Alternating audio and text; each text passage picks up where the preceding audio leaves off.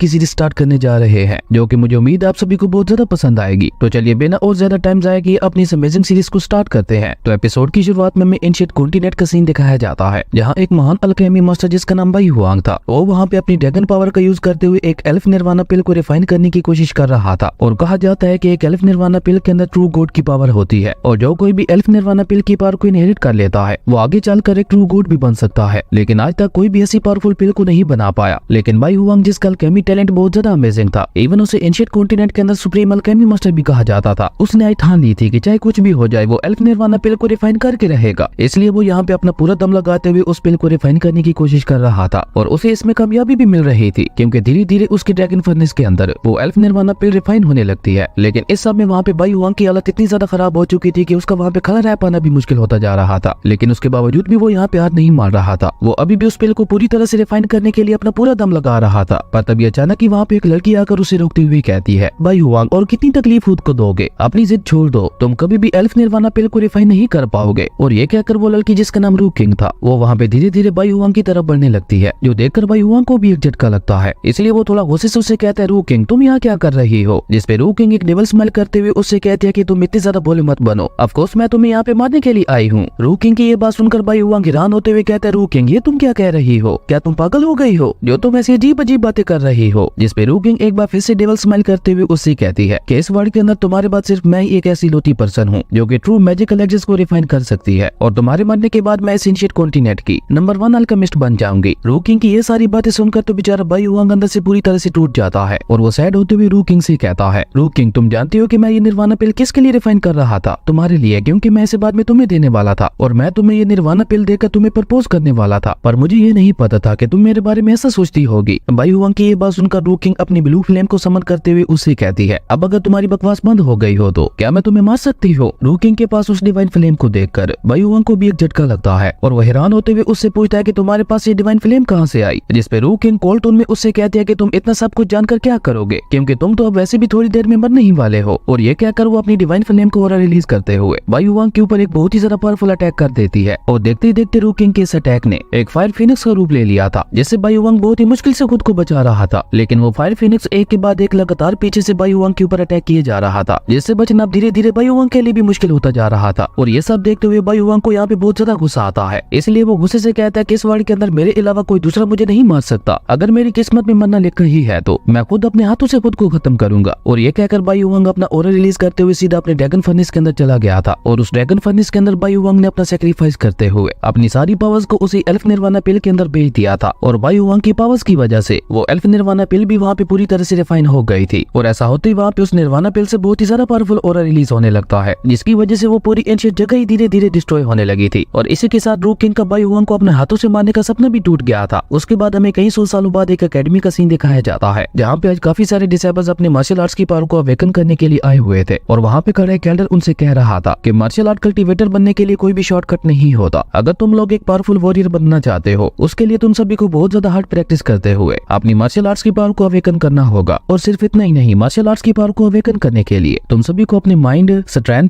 करेज और विजडम को भी कल्टीवेट करना होगा। वहीं उन डिसेबल्स के बीच में खड़ी हुई दो लड़कियों का ध्यान तो उस एल्डर की बातों पे बिल्कुल भी नहीं था, वो दोनों बस अपने सामने खड़े हुए लड़के को निहारते हुए खुश हो रही थी। और ये लड़का कोई और नहीं, हमारा हीरो सू बाईटियान ही था, जो उस एल्डर की ये सारी बातें सुनकर अपने मन में कहता है कि आज चाहे कुछ भी हो जाए मैं अपनी मार्शल आर्ट्स की पावर को अवेकन करके रहूंगा, क्योंकि मार्शल आर्ट्स की पावर को अवेकन करने के बाद ही मैं एक वॉरियर बन पाऊंगा। और तभी वो एल्डर वहाँ पे अनाउंस करते हुए कहता है, ओके अब मैं एंशिएंट स्पिरिचुअल फॉर्मेशन को एक्टिवेट कर रहा हूँ, और वो कल्टीवेटर जो सिर्फ अपनी मार्शल आर्ट्स की पावर को अवेकन कर पाएंगे उन्हें लियो इन मेंशन पैलेस का डिसेबल बनाया जाएगा, और ऐसे डिसेबल से वॉरियर लेवल तक ही जा पाएंगे। और हमारा हीरो बाईटियान भी एक वॉरियर ही बनना चाहता था। वही वो एल्डर अपनी बात आगे बढ़ाते हुए कहता है, और वो कल्टीवेटर्स जिनकी martial arts awakening power middle stage पे होगी उन्हें डायरेक्ट सुजाकू एकेडमी का डिसेबल बनाया जाएगा, और वो कल्टीवेटर जिसकी मार्शल आर्ट अवेकनिंग पावर अपने पीक पे होगी उसे मेरे लियो इन मेंशन की तरफ से ये वर्ड स्पिरिट पिल रिवार्ड के तौर पर दी जाएगी। उस वर्ड स्पिरिट पिल को देखकर वहाँ पे मौजूद सभी डिसेबल्स बहुत ज्यादा एक्साइटेड हो गए थे, क्योंकि ये वर्ड स्पिरिट पिल किसी भी कल्टीवेटर की कल्टीवेशन स्पीड को बहुत ज्यादा बढ़ा सकती थी। और इसी पिल को पाने के लिए अब उन सभी डिसेबल्स के अंदर एक नया जोश आ गया था। और तभी वहाँ पे कल एक डिसेबल खुश होते हुए कहता है कि अगर मेरी मार्शल आर्ट अवेकनिंग की पावर अपने पीक पे हुई तो न सिर्फ मुझे सुजाकू एकेडमी में जाने का मौका मिलेगा, बल्कि उसी के साथ साथ मुझे ये वर्ड स्पिरिट पिल भी मिलेगी, जिसकी मदद से मैं अपनी कल्टीवेशन स्पीड को 10 गुना ज्यादा बढ़ा सकता हूँ। ये रिवार्ड तो वाकई काफी ज्यादा कमाल का है। वहीं बाईटियान जो उस डिसेबल की सारी बातें सुन रहा था, वो सोचते हुए अपने मन में कहता है कि शायद हो सकता है ये वॉइड स्पिरिट पिल मेरे फादर को भी 5 star martial arts master realm में ब्रेक थ्रू करने में मदद करे। और अभी बाइटियान ये सब सोच ही रहा था कि तभी वहाँ पे एक लड़की आकर बाइटियान का मजाक उड़ाते हुए उससे कहती है, बाइटियान तुम ज्यादा मत सोचो क्योंकि तुम उस वॉइड स्पिरिट पिल को हासिल करने के काबिल नहीं हो। जिसपे बाइटियान उस लड़की जिसका नाम शेनरू था वो उससे कहता है, शेनरू मुझे लगता है कि तुम्हें मेरे बारे में ना सोचकर अपने काम से काम रखना चाहिए क्योंकि अगर तुम ऐसे ही घटिया बातें सोचती रही तो तुम्हारा ये दिमाग और भी ज्यादा कमजोर पड़ जाएगा। बाइटियान की ये बात सुनकर शेनरू को बहुत ज्यादा गुस्सा आता है, पर वो बाइटियान से कुछ कह पाती उससे पहले उसके साथ वाला लड़का उसे से बाइटियान से कहता है, बाइटियान मुझे लगता है सीनियर ब्रदर हनफेंग ने तुम्हें जो सबक सिखाया था तुम उसे भूल चुके हो, इसलिए मुझे लगता है कि सीनियर ब्रदर हनफेंग को कहकर तुम्हें एक बार और मजा चखाना पड़ेगा। और वैसे भी तुम्हें इतना ज्यादा उड़ने की कोई जरूरत नहीं है, बहुत जल्द मेरी मू फैमिली तुम्हारी सू फैमिली को रिप्लेस करने वाली है। उसके बाद मैं देखूंगा कि तुम तब भी ऐसी बड़ी बड़ी बातें कर पाते हो या नहीं। उस लड़के जिसका नाम मोहन था उसकी ये बात सुनकर बाइटियान को गुस्सा तो बहुत ज्यादा आता है, पर वो उसे कुछ कह पाते उससे पहले वहाँ पे खड़ी हुई 2 लड़कियां जो कि बाइटियान को बहुत ज्यादा पसंद करती थी, वो दोनों मोहन के ऊपर गुस्सा करते हुए कहती हैं, मोहन बाइटियान की तुम्हारे साथ कोई दुश्मनी नहीं है, इसलिए तुम अपने काम से काम रखो। आखिर तुम लोग बार बार बाइटियान को परेशान करने के लिए क्यों आ जाते हो? और अगर तुम लोग इतनी ज्यादा बहादुर हो तो तुम जब बाइटियान ठीक था तो तब उससे पंगा क्यों नहीं लेते थे? और सीनियर बाइटियान तो इतने ज्यादा अच्छे हैं, उन्होंने आज तक कभी भी तुम लोगों से सामने से आकर पंगा नहीं लिया, फिर भी तुम लोग न जाने क्यों सीनियर बाइटियान के पीछे पड़े हुए हो। और ये कहकर वो दोनों लड़कियां बाइटियान से कहती हैं, सीनियर बाइटियान आप इन्हें इग्नोर करें क्योंकि ये लोग आपके टैलेंट और आपकी खूबसूरती से जलते हैं, इसलिए ये लोग ऐसे ही बार बार आपको देखकर भूखते रहते हैं। वहीं जब शेनरू उन दोनों लड़कियों को इस तरह से बाइटियान की साइड लेते हुए देखती है तो उसे भी अपना पास याद आने लगता है जब वो भी एक टाइम पे बाइटियान के पीछे पूरा पागल हुआ करती थी। और एक दिन वो बहुत ज्यादा हिम्मत जुटाकर बाइटियान को प्रपोज करने के लिए जाती है, लेकिन बाइटियान को उसमें बिल्कुल भी इंटरेस्ट नहीं था, इसलिए बाइटियान ने उसे पूरी तरह से इग्नोर कर दिया था। और ये सब देखकर वहाँ आसपास खड़े हुए लोगों ने उसका काफी ज्यादा मजाक उड़ाया था, जिसकी वजह से उसके दिल में बाइटियान के लिए नफरत पैदा हो गई थी। और तब से लेकर आज तक वो बाइटियान से बहुत ज्यादा नफरत करती है, इसीलिए वो बाइटियान को परेशान करने का कोई ना कोई रास्ता ढूंढती रहती है। और ये सब याद करके शेनरू एक बार फिर से बाइटियान को भड़काती हुई कहती है, बाइटियान अब क्या तुमने लड़कियों के पीछे छुपना शुरू कर दिया है? जिसपे बाइटियान भी शेनरू का मजाक उड़ाने के लिए मोहन से कहता है, मोहन मैं नहीं जानता कि तुम्हें शेनरू के जैसी लड़की के साथ प्यार कैसे हो गया, या तो तुम्हें इसकी ये घटिया बातें पसंद आई होंगी या फिर तुम्हें ऐसी बेवकूफ लड़कियां ही पसंद होंगी। अपनी बेइज्जती सुनकर शेनरू को बहुत ज्यादा गुस्सा आता है, लेकिन वो बाइटियान को कुछ कह पाती उससे पहले ही वहाँ पे खड़ा एल्डर गुस्से से उन सभी को डांटते हुए कहता है, ये तुम सभी आपस में क्या बातें कर रहे हो? जिसपे बाइटियान उस एल्डर को ग्रीट करते हुए कहता है, एल्डर हम लोग आपस में कोई बहस नहीं कर रहे, हम लोग तो बस आपस में कम्पीट करने की बात कर रहे हैं कि मार्शल आर्ट्स अवेकनिंग पावर में सबसे ज्यादा पावरफुल कौन होगा। मैंने इन्हें कहा भी है कि मार्शल आर्ट्स अवेकनिंग पावर में सबसे ज्यादा पावरफुल मैं ही हूँगा, लेकिन इन लोगों को मेरी बात पे यकीन नहीं हो रहा। बाइटियान की ये बात सुनकर उस एल्डर को भी एक झटका लगता है और वो थोड़ा चौंकते हुए कहता है कि मैंने तो सुना था कुछ दिन पहले तुम बहुत ही बुरी तरह से इंजर्ड हुए थे और उस हादसे में तुम्हारी कुछ मेरिडियंस भी डैमेज हो गई थी। अगर सच में ऐसा है तो तुम्हें ये पता होना चाहिए कि डैमेज मेरिडियंस के साथ मार्शल आर्ट्स की पावर को अवेकन करना बहुत ज्यादा मुश्किल है। उस एल्डर की ये बात सुनकर मोहन के फेस पे एक डेविल स्माइल आ जाती है, लेकिन बाइटियान उस एल्डर से कहता है, शुक्रिया एल्डर मुझे ये सब बताने के लिए, पर मेरी डैमेज मेरिडियंस अब ऑलमोस्ट हील हो चुकी है, इसलिए सबसे पहले मैं ही मार्शल आर्ट्स की पावर को अवेकन करने के लिए आना चाहता हूँ। बाइटियान की ये बात सुनकर वो एल्डर उससे कहता है कि अगर वाकई तुम्हारी मेरिडियंस रिकवर हो चुकी है तो ये तो वाकई बहुत अच्छी बात है, और अगर तुम्हें अपने ऊपर इतना ही ज्यादा कॉन्फिडेंस है तो ओके ठीक है, सबसे पहले तुम ही आ जाओ अपनी मार्शल आर्ट्स की पावर को अवेकन करने के लिए। उस एल्डर की ये बात सुनकर वहाँ पे खड़ी हुई वही लड़कियां बाइटियान को चेयर करते हुए कहती हैं, सीनियर बाइटियान आप परेशान ना हो, आपका जो मर्जी रिजल्ट आए हम लोग हर हाल में आपको सपोर्ट करेंगी। और उन लड़कियों की ये बात सुनकर शेनरू को अपने मन ही मन में बहुत ज्यादा गुस्सा आ रहा था, पर अभी वो इस बारे में कुछ नहीं कर सकती थी। वहीं दूसरी तरफ उस अकेडमी के बैक वाले माउंटेन्स के ऊपर एक लड़की अपनी गार्ड लड़की के साथ वहाँ पे आती है, और ये लड़की असल में बाइटियान की मंगेतर थी। और वहाँ पे उन लड़कियों को इस तरह से बाइटियान की साइड लेते हुए देखकर वो गार्ड लड़की अपनी मिस से कहती है, मिस मुझे लगता है आपका फियांसी लड़कियों में काफी ज्यादा मशहूर है। जिसपे वो लड़की कोल टून में अपनी गार्ड से कहती है कि वो क्या है और क्या नहीं, मुझे उसमें कोई इंटरेस्ट नहीं है, मैं तो बस यहाँ पे उसके साथ एक डील करने के लिए आई हूँ। वहीं बाइटियान अब धीरे धीरे एंशिएंट स्पिरिचुअल फॉर्मेशन की तरफ बढ़ने लगता है, जो देखकर मोहन अपने मन में कहता है, लड़के भले ही तुम अपनी मार्शल आर्ट्स की पावर को अवेकन करके एक वॉरियर ही क्यों न बन जाओ, उसके बावजूद भी यहाँ पे ज्यादा कुछ नहीं बदलने वाला, क्योंकि मेरी मो फैमिली बहुत ही जल्द तुम्हारी सू फैमिली को रिप्लेस करने वाली है, और मेरी मो फैमिली तुम्हारी सू फैमिली को रिप्लेस करके लैनहू सिटी की नंबर 1 अल्केमिस्ट फैमिली बन जाएगी। बस एक बार मैं अपनी मार्शल आर्ट्स की पावर को अवेकन कर लूं, उसके बाद देखना मैं सब कुछ कैसे बदलता हूँ। वहीं बाइटियान भी अब एंशिएंट स्पिरिचुअल फॉर्मेशन के पास पहुंच चुका था, जहाँ पे खड़ा वो एल्डर बाइटियान को मार्शल आर्ट्स अवेकनिंग के सारे रूल्स बताता है, और सारे रूल्स को सुनने के बाद बाइटियान वहाँ पे बैठ गया था अपनी मार्शल आर्ट्स की पावर को अवेकन करने के लिए। और वहाँ बैठकर बाइटियान सबसे पहले अपनी फायर एट्रीब्यूट की पावर का यूज करके अपनी मार्शल आर्ट्स की पावर को अवेकन करने की कोशिश करने लगता है। लेकिन जैसे उस फायर एट्रीब्यूट की पावर बाइटियान की बॉडी के अंदर जाती है तो उसे अपनी बॉडी के अंदर बहुत ज्यादा पेन होने लगा था, और जैसे जैसे उस फायर एट्रीब्यूट की पावर उसकी वेन्स के अंदर सर्कुलेट कर रही थी तो वैसे वैसे उसकी बॉडी के अंदर क्रैक्स आते जा रहे थे। इवन यहाँ पे उसके मुंह से ब्लड भी निकलने लगा था, लेकिन उसके बावजूद भी वो यहाँ पे हार नहीं मानता। वो अपने फायर एट्रीब्यूट की मार्शल आर्ट्स पावर को अवेकन करने की पूरी कोशिश कर रहा था, लेकिन बाइटियन की ऐसी हालत देखकर वहाँ पे खड़े एल्डर के साथ साथ सभी डिसेबल्स को भी यकीन हो गया था कि बाइटियन इस बार भी अपनी मार्शल आर्ट्स की पावर को अवेकन नहीं कर पाएगा। और मोहन तो यहाँ पे खुश होते हुए अपने मन में कह रहा था कि आखिर एक कचरा तो कचरा ही होता है, उससे और क्या उम्मीद की जा सकती है। वहीं बाइटियन का पेन धीरे धीरे और भी ज्यादा बढ़ता जा रहा था, लेकिन बाइटियन भी यहाँ पे हार नहीं मान रहा था। वो यहाँ पे अपना पूरा दम लगाकर अपनी वेस के ऊपर कंसंट्रेट करते हुए कहता है कि आज चाहे कुछ भी हो जाए मैं अपनी मार्शल आर्ट्स की पावर को अवेकन करके रहूंगा। और बाइटियन के ऐसा कहते ही अचानक उसकी बॉडी के अंदर चारों तरफ ब्लू एनर्जी फैलने लगती है, जो देखकर बाइटियन को भी कुछ भी समझ नहीं आ रहा था। और वो उस ब्लू एनर्जी को देखते हुए खुद से ही कहता है कहीं मैं अपनी मार्शल आर्ट्स की पावर को अवेकन करने में फेल तो नहीं हो गया। लेकिन असल में ऐसा नहीं था। वो ब्लू एनर्जी रियल में उसके एंसेस्टर बाई हुआंग की एनर्जी थी और बाइटियन अपने एंसेस्टर बाई हुआंग का सक्सेसर बनकर पैदा हुआ था। उसके हार्ट में शुरू से ही एंसेस्टर बाई हुआंग की पावर्स थी, जिन्हें वो बहुत ज्यादा कोशिश के बाद भी अवेकन नहीं कर पाया था। लेकिन आज वो अनजाने में इस पेन को बर्दाश्त करते करते उन पावर्स को अनलॉक कर लेता है। और जैसे ही वो पावर्स अनलॉक होती है तो बाइटियन को अपने एंसेस्टर बाई हुआंग की सारी यादें भी मिल जाती है कि कैसे उसके एंसेस्टर लू किंग के साथ प्यार किया करते थे और आखिर में उसे लू किंग ने उन्हें धोखा दिया था। और ये सारी बातें पता चलते ही बाइटियन की आंखें एक बार फिर से खुल गई थी और वो खुश होते हुए कहता ये तो एंसेस्टर बाई हुआंग की इनहेरिटेंस है, यानी वही गॉड लेवल की एलेक्सर एल्फ निर्वाणा पिल है। पर ये मेरी बॉडी के अंदर कैसे आ गई? क्या ये सब अनजाने में ही हो गया? अगर सच में ऐसा है तो इसका मतलब है फाइनली गॉड को मेरे ऊपर रहम आ ही गया। और उसी के साथ अब यहाँ पे बाइटियन को ये भी पता चल गया था कि रू किंग ने आखिर में कैसे बाई हुआंग को धोखा दिया था। और ये सब याद करके बाइटियन गुस्से से कहता है रू किंग तुम बस वेट करो, देखना मैं कैसे सूद समेत तुमसे अपने एंसेस्टर का बदला लेता हूँ। और इस तरह अपनी मार्शल आर्ट्स की पावर को अवेकन करते करते बाइटियन को काफी ज्यादा टाइम गुजर चुका था, पर अभी तक भी वो अपनी मार्शल आर्ट्स की पावर को अवेकन नहीं कर पाया था। जो देखकर चंद्रू सिक्स एल्डर से कहती है एल्डर मुझे नहीं लगता कि ये बाइटियन अपनी मार्शल आर्ट्स की पावर को अवेकन कर पाएगा, क्योंकि उसे ऐसा करते हुए बहुत ज्यादा टाइम गुजर चुका है। इसलिए मुझे लगता है कि हम लोगों को और ज्यादा टाइम वेस्ट नहीं करना चाहिए। जिस पे वो एल्डर भी एक लंबी सांस छोड़ते हुए उससे कहता है तुम बिल्कुल ठीक कह रही हो, अब अगला जो कोई भी अपनी मार्शल आर्ट्स की पावर को अवेकन करना चाहता है वो आगे आए। जिस पे चंद्रू अपना हाथ ऊपर उठाते हुए कहती है एल्डर अब मैं आना चाहती हूँ। और ये कहकर चंद्रू एक डेविल स्माइल करते हुए अपने मन में कहती है मैं जितना जल्दी हो सकेगा अपनी मार्शल आर्ट्स की पावर को अवेकन करूंगी और ऐसा करके मैं एक बार फिर से सबके सामने बाइटियन की बेइज्जती करूंगी और उसे बहुत ही बुरी तरह से परेशान करते हुए उसे उस दिन का बदला लेके रहूंगी जिस दिन उसने मेरे पैर को ठुकराया था। और ये कहकर वो जैसे एंशिएंट स्पिरिचुअल फॉर्मेशन की तरफ आगे बढ़ने लगती है तो तभी अचानक ही वहाँ पे बाइटियन की बॉडी से बहुत ज्यादा पावरफुल ऑरा रिलीज होने लगता है, जिसका मतलब था कि बाइटियन ने फायर एट्रीब्यूट की मार्शल आर्ट्स की पावर को अवेकन कर लिया था। और सिर्फ इतना ही नहीं, देखते ही देखते वो सभी क्रिस्टल्स भी एक एक करके ग्लो करने लगते हैं और देखते ही देखते वो सभी के सभी क्रिस्टल्स ग्लो करने लगे थे, जिसका मतलब था कि बाइटियन की अवेकनिंग पावर अपने पीक पे थी। और ये देखकर वहाँ पे उस एल्डर के साथ साथ सभी डिसेबल्स को भी एक झटका लगता है, क्योंकि आज तक किसी भी डिसेबल ने अपनी पावर अवेकनिंग में पीक लेवल अचीव नहीं किया था। इसलिए वहाँ पे मौजूद सभी लोग बहुत ज्यादा हैरान हो गए थे। और सबसे बड़ा झटका तो चंद्रू और मोहन को लगता है, उन्हें तो अपनी आंखों पे यकीन ही नहीं हो रहा था कि बाइटियन जैसे कचरा इतना ज्यादा पावरफुल कैसे हो गया। वहीं वो एल्डर भी हैरान होते हुए कहता है ये तो heaven level 5 type martial arts है, मुझे यकीन नहीं हो रहा कि इस लड़के बाइटियन ने रियल में हेवन लेवल के फायर एट्रीब्यूट की पावर को अवेकन किया है। फायर एट्रीब्यूट वाली फायर मार्शल वेंस को तो पहले से ही टॉप मार्शल वेंस कहा जाता है और इस लड़के ने तो ना सिर्फ फायर एट्रीब्यूट की पावर को अवेकन किया है बल्कि उसी के साथ साथ ये अपने फायर एट्रीब्यूट की पावर को हेवन लेवल तक भी ले गया है। इसके टैलेंट को देखते हुए तो मुझे पूरा यकीन है कि ये बहुत जल्द जूल एंड मेंशन को भी पीछे छोड़ देगा। वहीं चंद्रू तो वहाँ पे बस गुस्से से यही कही जा रही थी कि नहीं ऐसा नहीं हो सकता, ये इम्पॉसिबल है। वहीं वहाँ पे खड़ी बाकी सभी लड़कियां तो बाइटियन के लिए बहुत ज्यादा खुश हो रही थी और वो वहाँ पे बाइटियन की तारीफें करते हुए उसे चेयर करने लगी थी। और इसी के साथ हमारी अमेजिंग एपिसोड यहीं पे खत्म हो जाता है। दोस्तों आप लोगों को ये सीरीज कैसी लगी कमेंट करके जरूर बताना और अगर आप चाहते हैं कि मैं इस सीरीज को कंटिन्यू करूँ तो कमेंट में यस लिख देना। अगर आपको ये वीडियो अच्छी लगी तो लाइक कर दें और अगर चैनल पे नए आए हो तो सब्सक्राइब करते जाना। तो मिलता है एक न्यू वीडियो में, तब तक के लिए बाय।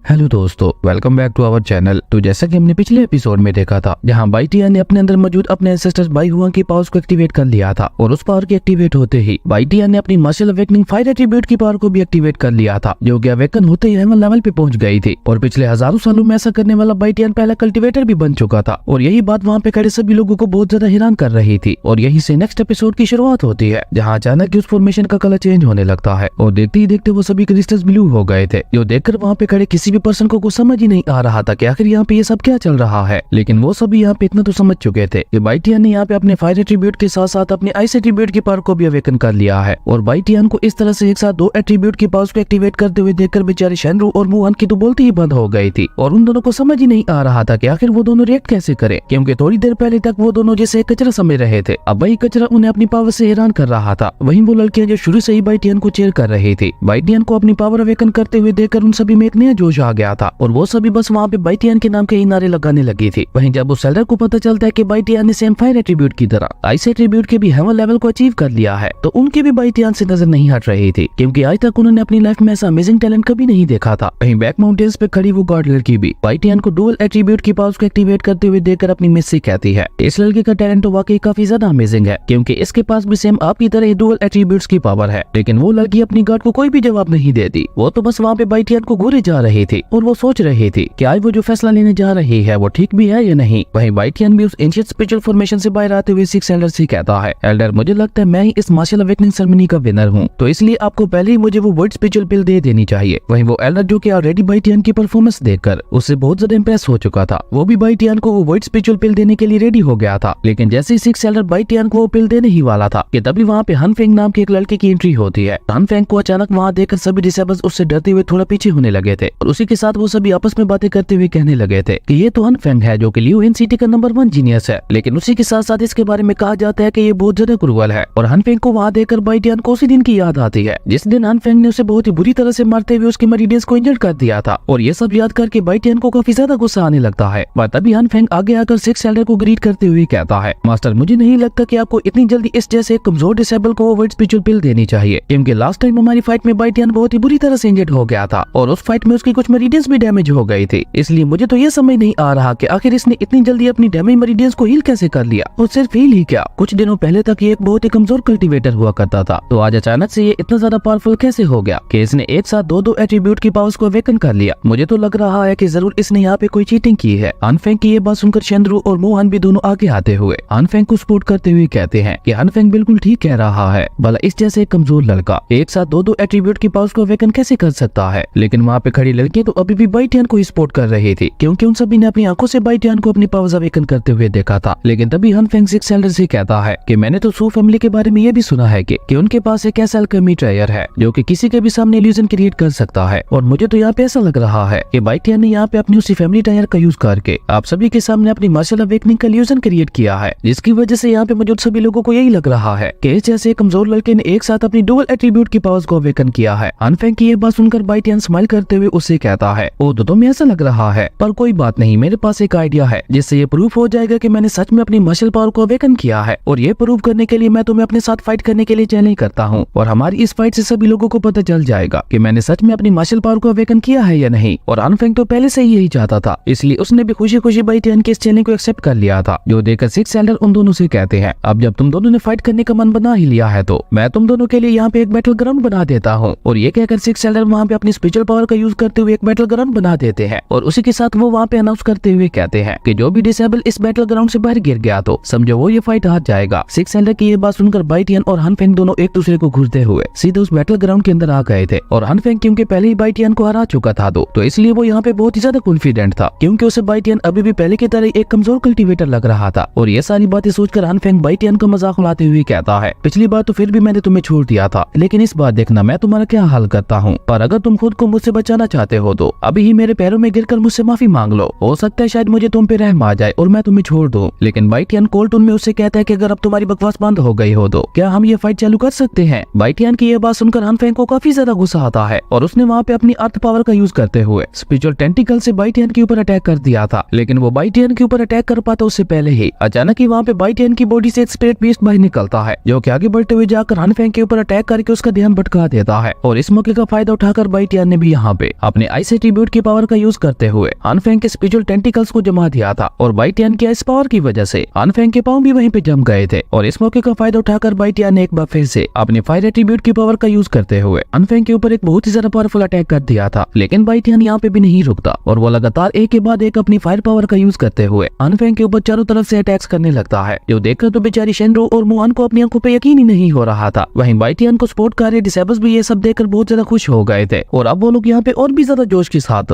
बाइटियन को चीयर करने लगते हैं। वहीं बाइटियन के इतने ज्यादा अटैक्स को झेलने की वजह से अब हनफेंग की हालत भी थोड़ी खराब हो गई थी। लेकिन उसी के साथ साथ अब उसे बाइटियन के ऊपर गुस्सा भी बहुत ज्यादा आ रहा था, इसलिए वो एक बार फिर से अपनी फुल पावर का यूज करते हुए बाइटियन के ऊपर अटैक करने के लिए आगे बढ़ता है। लेकिन वो स्पिरिट बीस्ट एक बार फिर से बीच में आते हुए उसके अटैक को रोक देता है। और ये चांस पाकर बाइटियन ने भी काफी तेजी से आगे बढ़ते हुए जाकर अपनी फायर एट्रीब्यूट की पावर का यूज करते हुए हनफेंग को एक बहुत ही ज्यादा पावरफुल पंच मार दिया था, जिसके इम्पैक्ट की वजह से हनफेंग उड़ता हुआ वहाँ से पीछे जा गिरता है। और अब तो उसकी हालत वहाँ पे और भी ज्यादा खराब हो चुकी थी, जो देखकर मोहन भी सीरियस होते हुए अपने मन में कहता है, आखिर इस जैसे कमजोर लड़के ने इतनी आसानी से अनफेंग को कैसे हरा दिया? क्या इसने वाकई डुअल मार्शल आर्ट्स की पावर को अवेकन किया है? और से मोहन की तरह अब वहाँ पे बाकी सभी को भी यकीन हो गया था कि बाइटियान ने सचमुच डुअल मार्शल आर्ट्स की पावर को अवेकन किया है। और ये सब देखकर तो अब वहाँ पे खड़ी हुई लड़कियों ने बाइटियान को प्रपोज करना शुरू कर दिया था, जो कि शेनरू को जलाने के लिए काफी था। तभी बाइटियान हनफेंग की तरफ आगे बढ़ते हुए उसे कहते हैं, हनफेंग तुम हार चुके हो। जिसपे हनफेंग गुस्से से उसे कहता है, नहीं मैं इतनी जल्दी हार नहीं मानने वाला, और तुम जैसे एक लो लेवल के कल्टीवेटर से तो कभी भी नहीं। और ये कहकर वो दोबारा खड़े होकर अपना पूरा दम लगाकर बाइटियान के ऊपर अटैक करने के लिए आगे बढ़ता है। लेकिन वो बाइटियान के ऊपर अटैक कर पाता उससे पहले ही बाइटियान ने अपने फायर एट्रीब्यूट की पावर का यूज करते हुए उसे एक बहुत ही ज्यादा पावरफुल किक मार के दोबारा पीछे गिरा दिया था। और अब की बार हनफेंग भी दोबारा उठ नहीं पाता, जो देखकर बाइटियान उसके पास जाकर उसके फेस के ऊपर अपना पावर रखते हुए उससे सेम वही डायलॉग बोलता है जो कि लास्ट टाइम हनफेंग ने उसे हराकर बोला था कि मेरी बात गौर से सुनना, तुम्हें जो पर्सन मार रहा है उसका नाम सू बाइटियान है, और अगर कभी तुम्हारा मुझसे बदला लेने का दिल करे तो तुम कभी भी आकर मुझसे मिल सकते हो। बाइटियान की ये बातें सुनकर हनफेंग को गुस्सा तो बहुत ज्यादा आता है, पर अभी वो इस कंडीशन में नहीं था कि वो बाइटियान को कुछ कह पाए। जिसके बाद बाइटियान ने एक स्माइल के साथ उसे किक मार के बैटल ग्राउंड से बाहर फेंक देता है और मोहन और शेनरू की तरफ देखते हुए कहता है, क्या अभी भी किसी को शक है कि मैंने चीटिंग की है? अगर किसी को शक है तो वो अभी मुझसे फाइट करने के लिए बैटल ग्राउंड के अंदर आ सकता है। बाइटियान की ये बात सुनकर शेनरू और मोहन दोनों ने अपना सर नीचे झुका लिया था, और ऊपर माउंटेन्स पे खड़ी हुई लड़की ये सब देखकर अपनी गट स्पाइडर से कहती है, स्पाइडर यहाँ पे तो बहुत ज्यादा ड्रामा चल रहा है, चलो अब हम लोगों को यहाँ से निकलना चाहिए। और ये कहकर वो दोनों वहाँ से निकल गई थी। वहीं अब दूसरी तरफ वो सिक्स एल्डर ने उस बैटल ग्राउंड को भी खत्म कर दिया था। जिसके बाद वो हंसते हुए बाइटियान के पास आते हुए उससे कहता है, आज से तुम मेरी लेनहू एकेडमी के डिसेबल हो, और ये वर्ड स्पिरिट पिल भी मैं तुम्हें एज अ गिफ्ट के तौर पर दे रहा हूँ, क्योंकि तुम वाकई इसे डिजर्व करते हो। और ये कहकर सिक्स एल्डर बाइटियान को वो वर्ड स्पिरिट पिल दे देते हैं, जिसे बाइटियान भी खुशी खुशी पकड़ लेता है। लेकिन वो उस वर्ड स्पिरिट पिल को देखते हुए अपने मन में कहता है, इस पिल की क्वालिटी तो बहुत ही ज्यादा लो है, और अगर मैं इसे सिस्टर बाई हुआंग की नजरों से देखूं तो ये पिल तो उनकी नजरों में कुछ भी नहीं है, पर अभी मेरी कल्टीवेशन बहुत ज्यादा लो है, इसलिए कुछ ना होने से तो ये बेहतर ही है। और ये सोचकर बाइटियान उस वर्ड स्पिरिट पिल को अपने पास रख लेता है, और उसके लिए वो सिक्स एल्डर का शुक्रिया अदा भी करता है। जिसपे सिक्स एल्डर उसे कहते हैं कि अब तुम मेरी लेनहू एकेडमी के डिसेबल हो, और क्योंकि तुम इस सेरेमनी के विनर हो तो अब तुम्हें ट्रेनिंग के लिए सुजाकू एकेडमी में भेजा जाएगा। जिसपे बाइटियान भी उस एल्डर को ग्रीट करते हुए कहता है, ओके एल्डर, मैं बहुत जल्द आपको सुजाकू एकेडमी में रिपोर्ट करूंगा। जिसपे सिक्स एल्डर भी स्माइल करते हुए उससे कहता है, ओके ओके। उसके बाद हमें एक जंगल का सीन दिखाया जाता है, जहाँ से होता हुआ बाइटियान अपने घर की तरफ जा रहा था। लेकिन अभी बाइटियान वहाँ से जा ही रहा था कि तभी बाइटियान को वहाँ पे अपने अंदर से एक आवाज आती है, जो बाइटियान से कह रही थी, मास्टर अभी तो आप बहुत अच्छे मूड में लग रहे हैं। उस आवाज को सुनकर बाइटियान भी हैरान होकर इधर उधर देखते हुए कहता है, कौन बोल रहा है और तुम कहाँ पे हो, सामने क्यों नहीं आ रहे? और अभी बाइटियान ये कह ही रहा था कि तभी बाइटियान की बॉडी से एक एनर्जी निकलती है, जिसने देखते ही देखते वहाँ पे एक स्पिरिट बीस्ट का रूप ले लिया था। और इसी के साथ हमारी अमेजिंग एपिसोड यहीं पे खत्म हो जाता है। दोस्तों अगर आपको ये वीडियो अच्छी लगी तो लाइक कर दें, और अगर चैनल पे नए आए हो तो सब्सक्राइब करते जाना। तो मिलता है एक न्यू वीडियो में, तब तक के लिए बाय।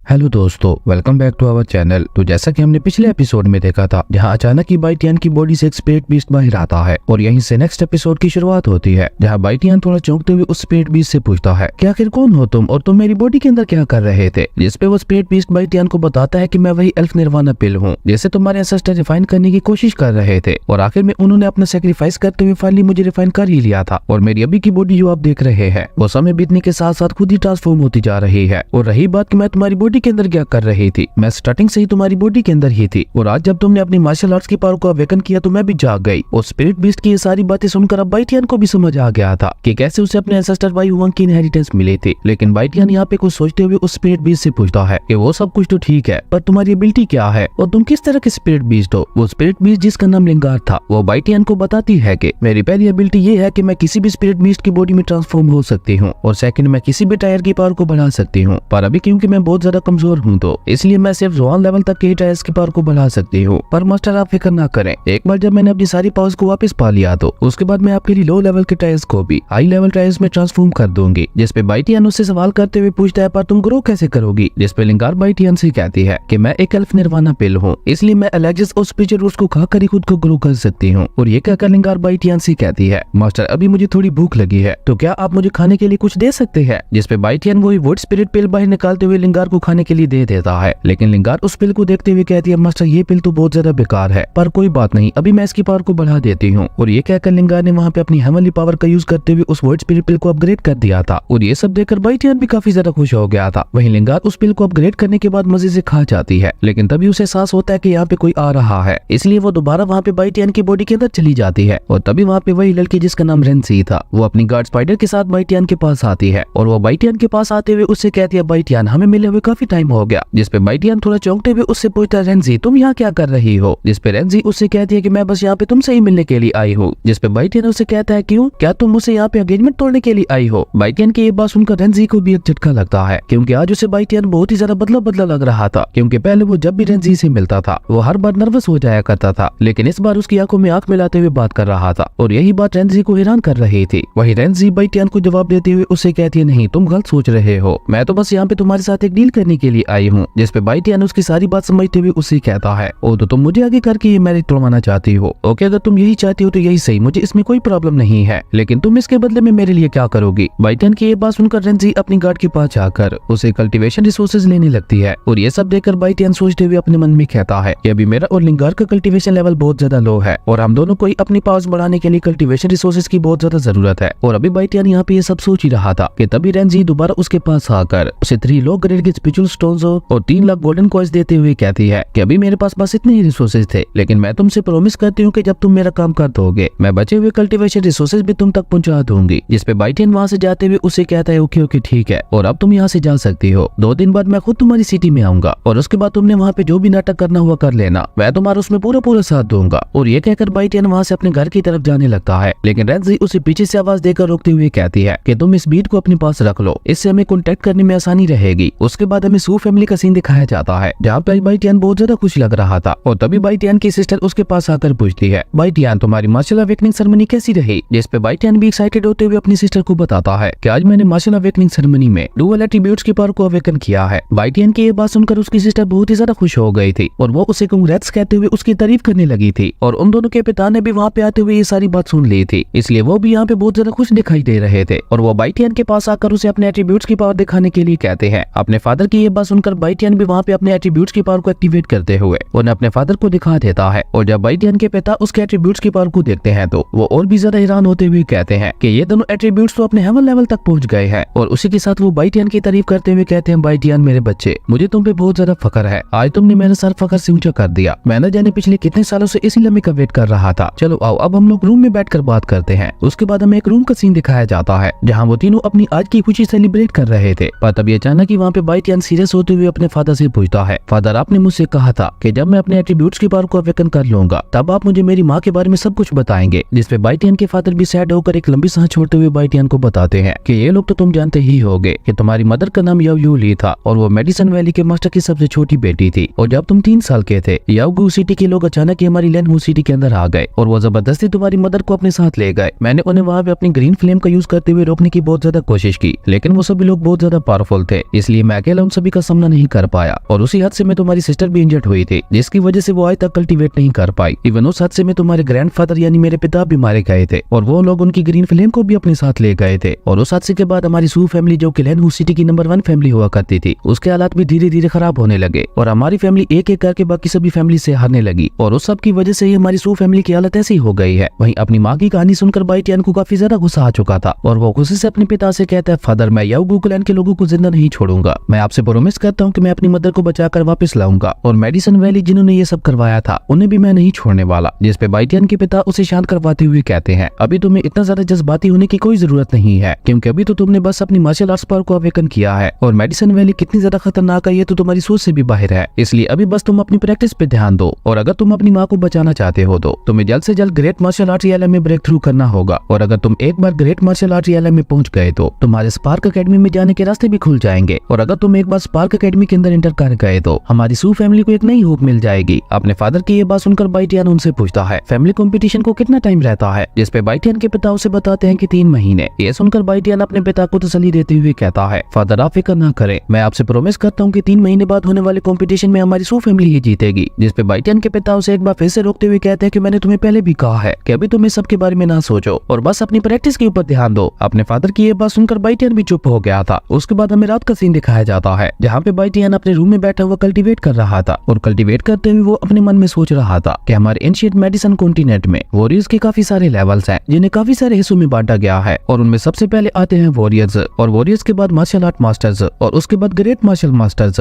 फिर वू लिंग वू जोंग, फिर एम्परर वू और फिर सबसे आखिर में सबसे ज्यादा पावरफुल रियलम है गॉड ऑफ वार, जिसके बारे में कहा जाता है कि आज तक कोई भी उस रियलम को अचीव नहीं कर पाया और इनमें से हर एक लेवल को अचीव करने के लिए हमें अपनी मरीडियंस को ओपन करना होता है। लेकिन मार्शल आर्ट रियलम के बाद हर एक रियलम 6 स्टार छोटे रियलम्स में डिवाइड हो जाता है और अभी ये मेरी बॉडी वॉरियर रियलम के 3rd लेवल पे है, जिसकी वजह से मैं एसेस्टर बाई हुआ के टेक्निक्स को भी प्रैक्टिस नहीं कर सकता। उसके लिए मुझे जल्द से जल्द ग्रेट मार्शल आर्ट रियलम तक पहुंचना होगा, पर उस सबसे भी ज्यादा जरूरी है मेरी फाउंडेशन, क्योंकि अगर मुझे एक बार फिर से टॉप तक जाना है तो उसके लिए मुझे अपनी फाउंडेशन बेस को बहुत ज्यादा स्ट्रॉन्ग बनाना होगा, क्योंकि बिना सुप्रीम फाउंडेशन के मैं कभी भी टॉप तक नहीं जा पाऊंगा। और ये सोचकर बाइटियन रेंजी से मिले हुए उन्हीं लो ग्रेड के स्पिरिचुअल स्टोन्स को बाहर निकालता है, जिसके बाद वो लिंगार को भी बाहर बुलाते हुए कहता है, लिंगार इन स्पिरिचुअल स्टोन्स की पावर को बढ़ाने के लिए मेरी मदद करो। बाइटियन की ये बात सुनकर लिंगार ने भी बाहर आकर अपनी पावर का यूज करते हुए उन सभी लो ग्रेड के स्पिरिचुअल स्टोन्स की पावर को बढ़ा दिया था। लेकिन एक साथ इतनी ज्यादा पावर यूज करने की वजह से लिंगार काफी ज्यादा कमजोर हो गई थी, इसलिए वो कमजोर होकर नीचे गिरने ही वाली थी, पर बाइटियन ने टाइम रहते ही उसे पकड़ लिया था और उसके बाद बाइटियन उसे खुश होते हुए उसे एक लो ग्रेड का स्पिरिचुअल स्टोन भी खाने के लिए दे देता है, जिसे लिंगार भी खाते हुए खुश होकर वापस बाइटियन की बॉडी के अंदर चली गई थी। और उसके बाद बाइटियन भी वहाँ पे उन स्पिरिचुअल स्टोन्स का यूज करते हुए दोबारा कल्टीवेट करने लगता है, जिसकी वजह से धीरे धीरे उन स्पिरिचुअल स्टोन्स की सारी पावर बाइटियन की बॉडी के अंदर जाने लगी थी, जिसकी वजह से न सिर्फ बाइटियन की कल्टीवेशन बढ़ रही थी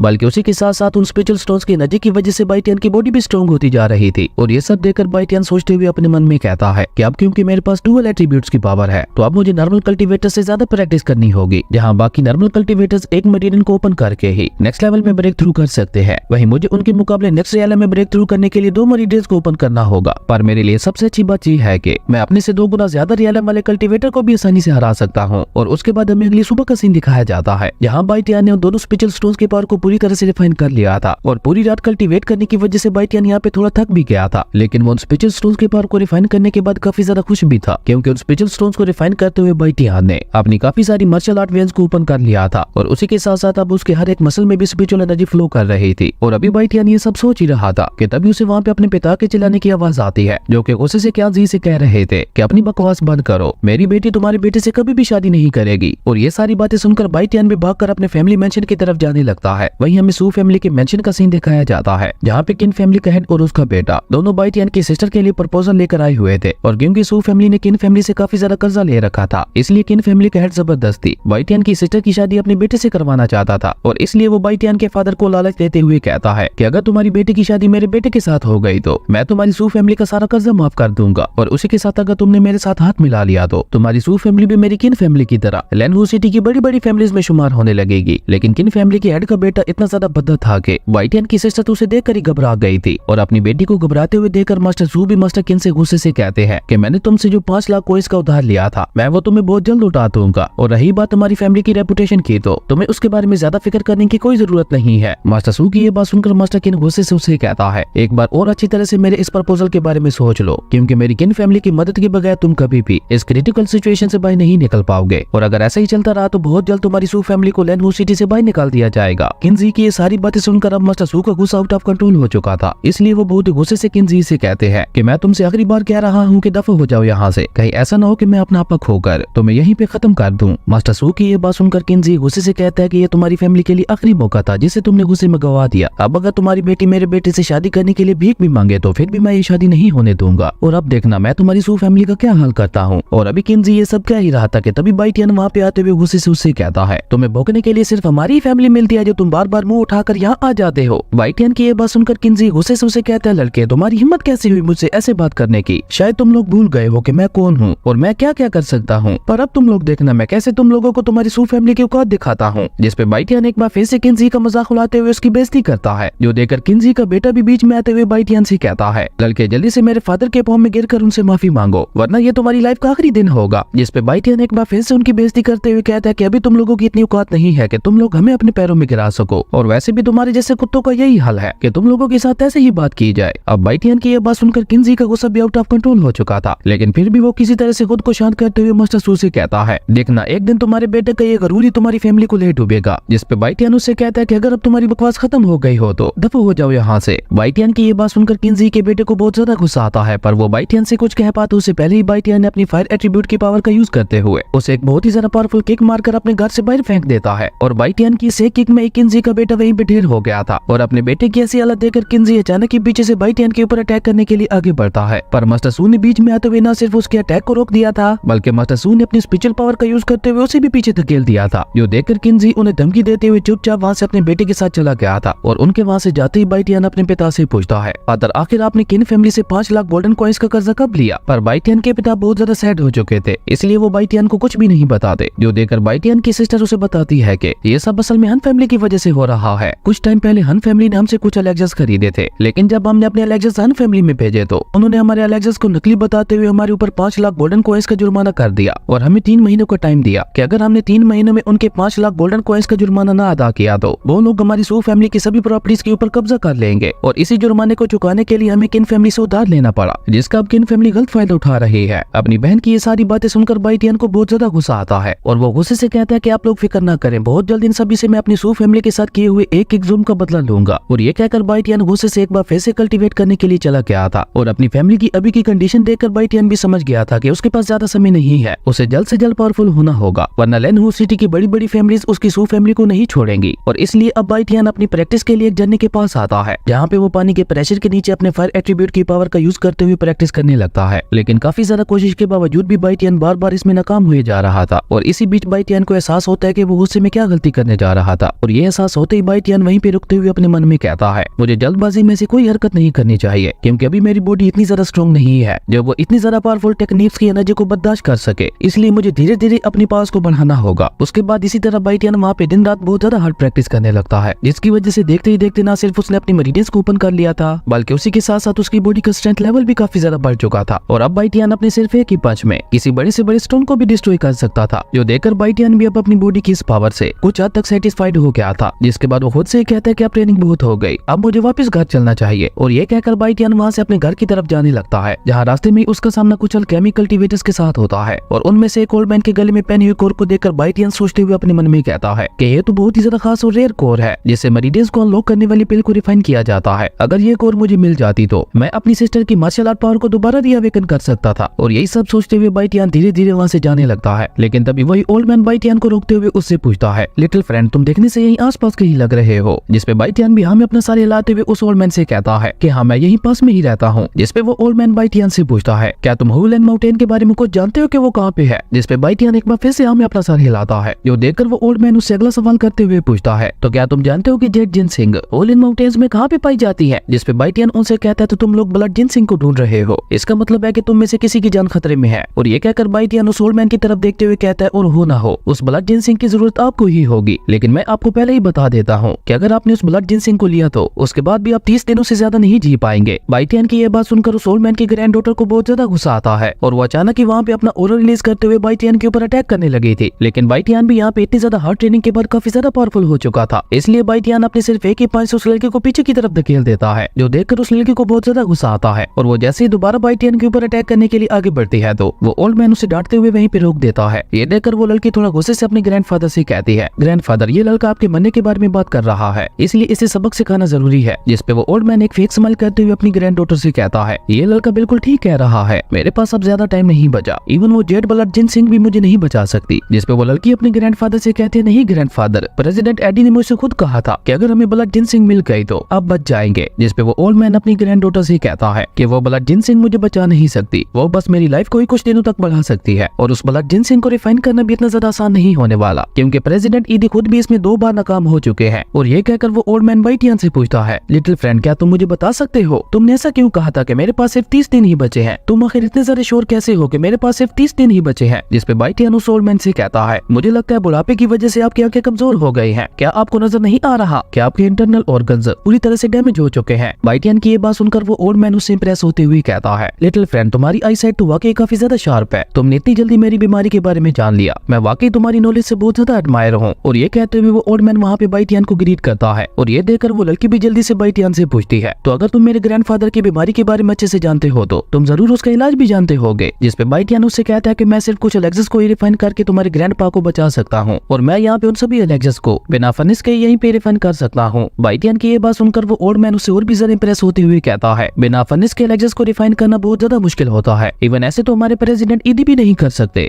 जिसपे बाइटियन उससे कहता है वो सब तो ठीक है, लेकिन तुम और ज्यादा जी कर करना क्या चाहते हो? तुम तो ऑलरेडी न जाने कितने 100 सालों तक जी चुके हो, इसलिए तुम्हें नहीं लगता कि अब तुम्हें मौत को मुंह लगा लेना चाहिए? बाइटियन की ये बात सुनकर वो ओल्ड मैन सैड होते हुए कहता है, भला इस वर्ल्ड में खुद से कौन मरना चाहेगा, और मेरे जैसा एक मोटल तो कभी भी नहीं। भले ही मैंने काफी लंबी जिंदगी गुजार ली है, लेकिन ये वर्ल्ड बहुत ज्यादा बड़ा है, इसलिए मैं और ज्यादा जी कर इस पूरे वर्ल्ड को एक्सप्लोर करना चाहता हूँ और अपने आने वाले फैमिली डिसेंडेंट्स को भी देखना चाहता हूँ। अपने ग्रैंडफादर की ये बात सुनकर वो लड़की भी सैड होते हुए बाइटियन से रिक्वेस्ट करने लगती है, जिसपे बाइटियन भी उससे कहता है, ओके ओके, स्पिचो रिकवरी पिल को बनाना ज्यादा मुश्किल नहीं है, उसके लिए मुझे बस मेडिसिन मटेरियल्स की जरूरत होगी, और अगर तुम्हारे पास वो मेडिसिन मटेरियल्स मौजूद हैं तो मैं उस स्पिचो रिकवरी पिल को रिफाइन करने की कोशिश कर सकता हूँ। बाइटियन की ये बात सुनकर वो ओल्ड मैन भी खुश होते हुए कहता है, क्या तुम भी एक अल्केमिस्ट हो? जिसपे बाइटियन उससे कहता है, हाँ वो तो मैं हूँ, लेकिन स्पिचो रिकवरी पिल से भी सिर्फ तुम्हारे 10% ही बचने के चांसेस हैं, और अगर हम लोग इसमें कामयाब हो गए तो तुम्हारी लाइफ 10% और ज्यादा बढ़ जाएगी। बाइटियन की ये बात सुनकर उस ओल्ड मैन के साथ साथ उस लड़की को भी एक झटका लगता है, और उन्हें तो अपने कानों पे यकीन ही नहीं हो रहा था कि बाइटियन जो कह रहा है वो सब सच है। वहीं ये सब सोचकर वो ओल्ड मैन कुछ मेडिसिन मटेरियल्स को बाहर निकालकर उसे बाइटियन को देते हुए कहता है, लिटिल फ्रेंड, अगर तुमने वाकई उस स्पिचो रिकवरी पिल को रिफाइन कर लिया तो मैं हमेशा तुम्हारा शुक्रगुजार रहूंगा। जिसपे बाइटियन भी उनसे कहता है, पर उस एलेक्सर को रिफाइन करने से पहले मेरी भी 2 शर्तें हैं, और ये कहकर बाइटियन उस ओल्ड मैन से कहता है, मेरी पहली कंडीशन ये है कि मुझे तुम्हारे गले में पहनी हुई ये कोट चाहिए। बाइटियन की ये शर्त सुनकर ओल्ड मैन उससे कहता है, ओके कोई बात नहीं, मैं आपको ये कोट देने के लिए रेडी हूँ, और ये कहकर उस ओल्ड मैन ने उस कोट को अपने गले से निकालकर उसे बाइटियन को दे दिया था, जिसे बाइटियन भी खुशी खुशी अपनी स्पेस रिंग के अंदर रख लेता है। और उसके बाद वो उन्हें अपनी दूसरी शर्त बताते हुए कहता है, अगर इन मेडिसिन मटेरियल से एक से ज्यादा स्पिचो रिकवरी पिल्स रिफाइन हुई तो वो सभी मेरी होंगी। बाइटियन की ये बात सुनकर वो ओल्ड मैन चौंकते हुए कहता है कि उस एक ही स्पिचो रिकवरी पिल को रिफाइन करना इम्पॉसिबल है, और आप एक साथ दो पिल्स को रिफाइन करने की बात कर रहे हो। जिसपे बाइटियन उस ओल्ड मैन से कहता है कि ये जरूरी नहीं है कि अगर कोई दूसरा पर्सन ऐसा नहीं कर सकता तो मैं भी ऐसा नहीं कर पाऊंगा। बाइटियन की ये बात सुनकर वो ओल्ड मैन उसे एक बार फिर से ग्रीट करते हुए कहता है, कि अगर ऐसा है तो मुझे आपकी ये शर्त भी मंजूर है। जो सुनकर बाइटियन उस लड़की से कहता है, तुम 1 स्टार अल्केमी लेवल तक पहुंच गई हो, जिसका मतलब है कि अब तक तुमने फ्लेम को समन करना सीख लिया होगा। जिसपे वो लड़की बाइटियन को बताती है कि जो कोई भी पर्सन अल्केमी पावर्स के साथ पैदा होता है उसकी फायर पावर शुरू से ही बहुत ज्यादा स्ट्रॉन्ग होती है, और आपको ये जानकर खुशी होगी कि मैं रियल फायर को भी समन कर सकती हूँ। जिसपे बाइटियन उसे कहता है, ये तो बहुत ही अच्छी बात है, अब इस पिल को पूरी तरह से रिफाइन करने में तुम भी मेरी मदद कर सकते हो। और इसी सीन के साथ हमारा ये अमेजिंग एपिसोड यहीं पे खत्म हो गया था। दोस्तों, अगर आपको ये वीडियो अच्छी लगी तो लाइक कर दें, और अगर चैनल पे नए आए हो तो सब्सक्राइब करते जाना। तो मिलते हैं एक न्यू वीडियो में, तब तक के लिए बाय।